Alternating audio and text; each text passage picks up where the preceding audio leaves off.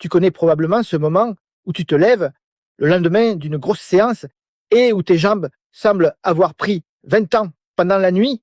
Elles sont raides, lourdes et demandent plusieurs minutes avant d'accepter de fonctionner normalement. Les bottes de pressothérapie promettent justement de réduire ces sensations et d'accélérer la récupération. Mais est-ce une vraie récupération ou seulement une impression agréable qui disparaît dès que tu recommences à courir? Après plusieurs semaines d'utilisation des bottes et du short de pressothérapie, mon avis est plutôt clair. Oui, ils peuvent apporter un vrai bénéfice, mais leur efficacité dépend énormément du moment, de la fréquence et de la façon dont tu les utilises. Dans cette vidéo, je vais te présenter ce que dit la science, ce que je ressens personnellement et surtout les 3 moments précis où j'intègre la pressothérapie dans ma semaine. Je suis Jean-Marc, préparateur mental et mentor des sportives et sportifs motivés. Je les aide à progresser et améliorer leur performance sans se blesser grâce à de meilleurs entraînements, une meilleure nutrition sportive et un matos bien choisi. Aujourd'hui, tu vas découvrir comment fonctionnent les bottes de pressothérapie, quels bénéfices tu peux raisonnablement en attendre et comment trouver ta propre routine. Si tu en utilises déjà, raconte-moi dans les commentaires à quel moment tu les places et ce que tu ressens le lendemain. Et si tu veux d'autres conseils concrets sur l'entraînement, la nutrition et le matériel, pense à t'abonner à la chaîne. Commençons par une idée qui me paraît absolument fondamentale. Opposer la vraie récupération à la simple sensation de récupération est un peu trompeur. La récupération ne se limite pas à une analyse de sang ou à un test de force réalisé dans un laboratoire. Elle comprend également les courbatures, la raideur, la sensation de jambes lourdes, la facilité avec laquelle tu te mets en mouvement et ton envie de repartir t'entraîner. Si le lendemain d'une séance exigeante, tu ressens moins de raideur et que tes jambes deviennent plus rapidement opérationnelles, c'est déjà un bénéfice concret. Cela ne signifie pas forcément que toutes tes fibres musculaires se sont réparées plus vite, mais cela améliore ta disponibilité pour la suite de ta semaine. Pour un sportif amateur qui doit également travailler, gérer sa famille et caser ses entraînements dans un emploi du temps chargé, cette différence peut compter énormément.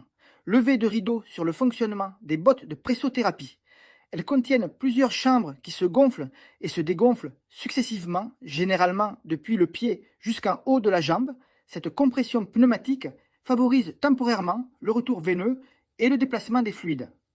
Elle reproduit en partie l'action de la pompe musculaire lorsque tu marches avec un effet enveloppant proche d'un massage. Le short de pressothérapie repose sur le même principe, mais il permet, selon les modèles, de remonter davantage vers le haut des cuisses, les hanches et les fessiers. Le mécanisme n'est donc pas imaginaire. La pression exercée sur les tissus produit réellement une action mécanique, stimule la circulation locale et procure un relâchement particulièrement agréable après un effort important. Il faut néanmoins éviter certaines explications marketing trop simplistes. Les bottes ne servent pas à aspirer de mystérieuses toxines accumulées au fond des mollets. Elles n'éliminent pas non plus un acide lactique qui serait responsable des courbatures du lendemain, puisque le lactate est rapidement recyclé par ton organisme et ne provoque pas ces douleurs retardées. Mais le fait que cette explication soit fausse ne rend pas la pressothérapie inutile. Elle agit simplement par d'autres mécanismes, la compression, le déplacement des fluides, la modulation de certaines sensations douloureuses et la relaxation. Et maintenant, la question importante. Est-ce que les recherches retrouvent ces bénéfices chez les sportifs? Une méta-analyse publiée en 2024 par Maya et ses collaborateurs dans la revue Biology of Sport a réuni 17 études et 319 participants. Les chercheurs ont observé un bénéfice allant de faible à modéré sur la douleur et les courbatures, ainsi qu'un effet plus modeste sur la récupération de la fonction musculaire. Les protocoles les plus fréquents duraient environ 20 à 30 minutes, avec une pression souvent située autour de 80 mm de mercure. Une revue publiée en 2025 par Neve et ses collaborateurs montre que les bottes ne sont pas systématiquement supérieures au massage, à la récupération active ou aux autres méthodes. Cela signifie surtout qu'elles représentent une option supplémentaire, particulièrement pratique lorsqu'on veut récupérer tranquillement chez soi. Chez des coureurs ayant terminé un ultra-trail de 161 km, Hoffman et ses collaborateurs ont également observé qu'une séance de pressothérapie améliorait immédiatement la sensation de fatigue musculaire. L'avantage n'était plus clairement mesurable pendant les jours suivants, mais le soulagement immédiat existait. Globalement, la science nous dit donc 3 choses. Les bottes peuvent améliorer la récupération perçue, elles peuvent diminuer certaines courbatures et elles peuvent t'aider à retrouver une meilleure sensation dans les jambes. Les effets sur la force, la puissance et la performance suivante sont plus variables. Atteindre 10 watts supplémentaires sur le vélo après une séance de bottes, c'est un peu comme attendre qu'un lavage de voiture augmente la puissance du moteur. Ce n'est pas son rôle, mais cela ne veut pas dire que le lavage ne sert à rien. Ces résultats correspondent assez bien à mon expérience personnelle. Après plusieurs semaines de tests et de tâtonnements, j'utilise la pressothérapie environ 3 fois dans ma semaine. Je précise bien après plusieurs semaines parce que je n'ai pas trouvé immédiatement la durée, la pression et les moments qui me convenaient le mieux. Nous sommes tous différents. Ton volume d'entraînement, le type d'effort que tu pratiques, ta sensibilité à la pression et ton niveau de fatigue peuvent complètement modifier ton ressenti. Il ne faut donc pas simplement copier la routine d'un athlète professionnel ou sélectionner le programme le plus puissant en espérant obtenir automatiquement le meilleur résultat. 2 de mes séances de pressothérapie sont généralement placées le soir d'un double entraînement. Le matin, je réalise une séance lourde de musculation des jambes. Puis, le soir, j'enchaîne avec une séance cardiovasculaire, souvent du vélo ou du home trainer. C'est dans cette configuration que j'obtiens mon meilleur ressenti. Après le second entraînement, mes jambes ont accumulé beaucoup de travail musculaire et un volume cardiovasculaire important. J'utilise alors les bottes ou le short pour créer une véritable coupure, me poser et laisser les compressions travailler. Le lendemain, je ressens moins de raideur et mes jambes sont surtout plus rapides à se mettre en action. C'est extrêmement efficace pour éviter cette impression de démarrer la journée avec 2 morceaux de bois à la place des cuisses. Je ne peux évidemment pas affirmer que mes muscles se sont réparés beaucoup plus vite, simplement à partir de mon ressenti. En revanche, cette sensation revient suffisamment régulièrement pour que je considère la pressothérapie comme utile dans ma routine. Et ce bénéfice m'intéresse particulièrement parce que je ne recherche pas seulement une meilleure sensation pendant les 20 minutes d'utilisation. Ce qui compte pour moi, c'est l'état de mes jambes le lendemain matin et leur capacité à se remettre plus facilement en mouvement. Ma 3e utilisation a souvent lieu le dimanche soir après une sortie longue à vélo ou en course à pied. L'objectif est alors légèrement différent. Je cherche principalement à diminuer la sensation de jambes lourdes, à favoriser le relâchement et à terminer ma semaine par un vrai moment consacré à la récupération. La séance joue aussi un rôle mental. Je ralentis, je reste immobile et je ne cherche pas à ajouter encore une activité. Cela peut sembler secondaire, mais beaucoup de sportifs transforment leur récupération en nouvel entraînement. Ils passent 30 minutes à martyriser leurs quadriceps sur un rouleau en serrant les dents alors qu'ils auraient parfois surtout besoin de se détendre. Je vais maintenant t'expliquer mon arme fatale. Ce n'est ni la pression maximale, ni l'utilisation quotidienne. C'est le choix du bon moment.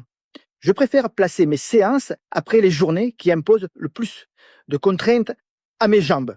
Pour commencer, une séance de 20 à 30 minutes avec une pression modérée et confortable me paraît beaucoup plus pertinente que de vouloir immédiatement atteindre le réglage maximal.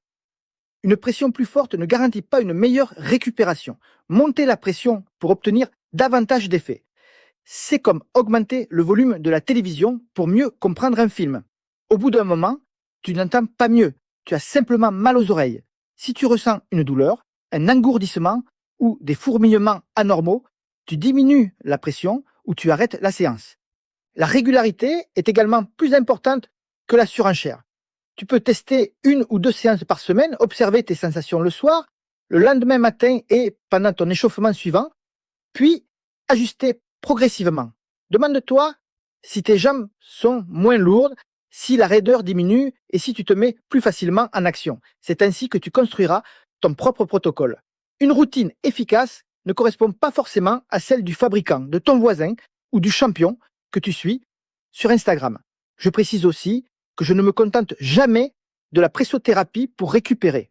J'utilise différentes routines d'activation, de récupération ou d'entretien à base d'étirements actifs et passifs, de rouleaux de massage ou de pistolets de massage. Je choisis l'outil selon mon état et la séance réalisée. Les bottes de pressothérapie viennent compléter cette organisation.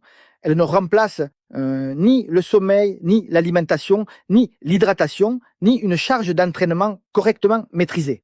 Acheter des bottes très haut de gamme tout en dormant 5 heures par nuit, c'est extrêmement cruel. Pour tes jambes, mais surtout pour ton portefeuille. À qui conseillerais-je cet équipement? Principalement aux runners, trailers, cyclistes et triathlètes qui s'entraînent régulièrement, qui réalisent des sorties longues ou qui enchaînent parfois 2 séances dans la journée. Les bottes de pressothérapie peuvent également être intéressantes si tu souffres fréquemment d'une sensation de jambes lourdes ou si tu recherches une solution pratique que tu peux utiliser chez toi sans effort supplémentaire. Elles offrent une compression homogène sur une grande partie des jambes, ce qui est plus difficile à obtenir avec un rouleau ou un pistolet de massage. Si tu réalises seulement 2 séances légères et très espacées chaque semaine, l'investissement sera probablement moins prioritaire. Mais dès que le volume augmente, que les jambes sont régulièrement sollicitées ou que la récupération entre 2 entraînements devient plus difficile, leur intérêt devient beaucoup plus évident. Il faut également respecter les contre-indications du fabricant et demander un avis médical en cas de problème circulatoire important, de suspicion de thrombose, d'insuffisance cardiaque sévère, de plaies d'infection ou de perte de sensibilité dans les jambes. Alors, vraie récupération ou simple sensation? Pour moi, les deux ne s'opposent pas. Les bottes de pressothérapie produisent une véritable action mécanique et circulatoire. Elles peuvent diminuer les courbatures, soulager la sensation de jambes lourdes et améliorer la disponibilité ressentie le lendemain. Elles ne remplacent pas les bases et ne garantissent pas une amélioration spectaculaire de la performance, mais utilisées au bon moment, elles peuvent devenir un véritable outil de récupération. C'est exactement pour cette raison qu'après plusieurs semaines d'essai, elles ont conservé leur place 3 fois par semaine dans ma routine. Maintenant que tu connais leurs véritables bénéfices, il reste à choisir un modèle adapté à tes besoins, car toutes les bottes ne proposent pas la même pression, le même nombre de chambres, la même autonomie ou le même confort. J'ai préparé un comparatif des meilleures bottes de pressothérapie pour t'aider à faire ton choix sans payer pour des fonctions inutiles. Tu trouveras le lien dans la description de cette vidéo. Certains liens peuvent être affiliés sans coût supplémentaire pour toi. Pense également à t'abonner et partage cette vidéo avec la personne qui marche comme un Playmobil le lendemain de ses sorties longues.